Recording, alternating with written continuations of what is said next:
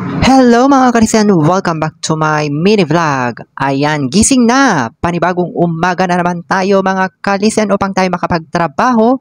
Tayo ay gumising na. So ayan na nga, nag-pray na tayo bago tayo sumabak sa trabaho. O diba? At sabayan na rin ang una at exercise dyan para sa ganon ay ma-warm up yung ating katawan. At syempre, huwag kalimutang magtiklop ng higaan na ginamit nating pinagtulugan. O di ba mga kalisen, maliwanag na pala at sinilip ko sina Felisa. Ayan, so good morning Felisa. Ayan guys, wait lang dahil itiklop ko lang yung aking higaan. At ayan na nga mga kalisen, bumaba na ako at hinanap ko ang suklay dahil ito yung hinahanap ko kada paggising ko ng umaga. Syempre, itali ang buhok. O di ba ganyan lang kasimple ang aura ni Unofficial Yani Vlog. Ayan, haplos mukha and syempre sing hot. Good morning!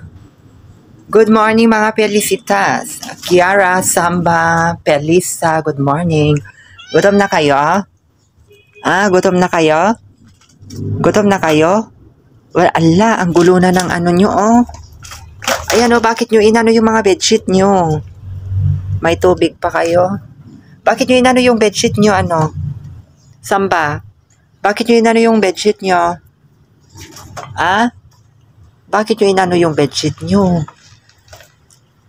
Good morning, Kiara. How are you, Kiara? Kumusta ang gabi, Kiara? Samba. Ayan, guys. Nakikita nyo yung kanyang kulungan. Bago na talaga. Ayan, guys. O, yung kulungan nila. Grabe. Mamaya ha, sandali lang ha. Papakainin ko na kayo ng almusal nyo. Are, Kiara. Samba. Samba. Ayan. Very good sila ngayon kasi hindi nila inano yung laruan nila. Hindi nila inano yung laruan nila, guys. So, ayan na bagay talaga ni Felisa yung kanyang damit na binigay ni Madam. Ay, ang ganda-ganda ni Felisa. Oh, pink na pink ang kulay ni Felisa. So ayan mga kalisen, pagkatapos nating binati yung ating mga alaga tuwing umaga, ayan dumiretso na ako sa aming kusina at pumunta sa lababo.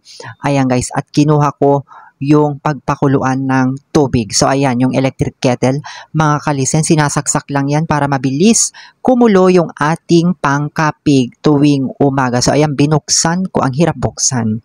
Binuksan ko mga kalisen at syempre hugasan natin dahil maigi na ugasan. So ayan na nga, bakit kaya yung gripo? Kunti lang ang lumalabas tuwing umaga mga kalisen. So ayan, punuin lang natin hanggang sa pinakataas na level niya.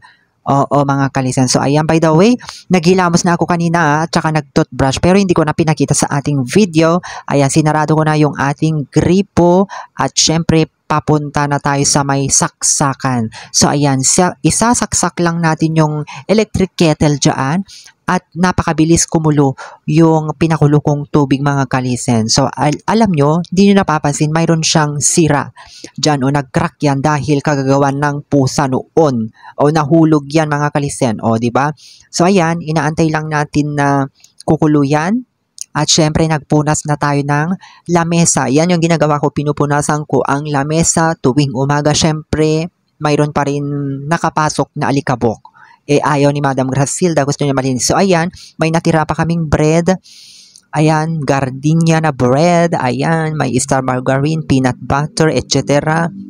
Ayan guys, at syempre, double takip yung ating lamesa. At syempre, yan, kinulog-kulog ko na yung kanyang inumin bago kumain. So, ayan na yung mga cup na gagamitin niya pang kape and everything, tinidor, kutsara, ganyan. Gusto niya naka-prepare agad-agad. At syempre, kinuha ko na rin yung aking mahiwagang kutsara at mug. At tayo ngayon magkakape na mga kalisen. So ayan na nga, binuksan ko na rin yung ating paglagyan ng mga kape. Ay Diyos ko, kawawa ako. May 3 pang natitirang sachet ng kape. Pero bago ako magkape, tinatawag na ako ni Napelisa dahil hindi na sila makatiis. Kaya binigyan na natin ng pagkain. O siya, ang dami pa sa pitchel. Pero mayroon pa dito mga kalisen, sa plastic na lang muna yung ibibigay natin. At tara na, bigyan na natin ng pagkain ng ating mga Felicitas at Mama Cat Felisa. So ayan na nga mga kalisen, nakikita nyo ang pagiging agresibo nila pagdating sa pagkain at magaling silang kumain talaga mga kalisen. So ayan yung pag-inuman nila ng tubig at sa taas, ayan na si Kiara, inawgawan na niya si Samba. Actually mga kalisen, depende kung saan na nilang gustong kumain dito. Ayan, so lagyan natin si Mama Cat Felisa ng kanyang pagkain dahil wala pa mga kalisen. So ganyan ako pag nagpapakain. Hindi ko na alam kung sino yung uunahin ko sa kanila pero natutuwa talaga ako sa kanila mga kalisen. So ayan, lagyan din natin si Samba. Ayan, pumunta na naman si Felisa. Sunod-sunod sila doon kung saan-saan na sila pumupunta. Pero mamaya yan, kanya-kanya na sila destinasyon sa kanilang mga plato mga kalisen. So ayan yung kabuuan ng ating cage. Ayan, pinuntahan ko si Samba at ayan, umakyat na nga si Samba at binigyan ko na rin ng kanyang kakainin. So ganyan sila mga kalisen kapag umaga bago ako sumabak sa trabaho at magkapi, ayan ang una kong ginagawa. At syempre, linilinis natin araw-araw yan at syempre ipapadlock natin para hindi sila makalabas. So ayan na si Mama Cat Felisa, sarap na sa pagkain. Naalala ko tuloy nung wala pa silang makakain mga kalisen. Sobra talaga akong naawa at nakonsensya kung ano man yung una kong mga pinakain. So ayan, malinis na rin yung kanilang pag-inuman ng tubig at nandun din yung kanilang laruan. So ayan mga kalisen yung ating pagpapakain ng ating mga Felicitas at syempre huwag kalimutan maghugas ng kamay bago tayo magkape. Importante yan mga kalisen. So ayan yung aking daily routine in the morning mga kalisen. At syempre nagtimpla na tayo, binuhusan na natin ng mainit na tubig ang ating kape at syempre ayan, ihalo-halo na natin at sabay papunta sa likod. Ayan, kumakain na sila mga kalisen at tayo ngayon humigop na ng kape. Ayan, naway nag-enjoy kayo sa aking munting vlog of the day mga kalisen. Hope to see you again on my next vlog. Bye-bye!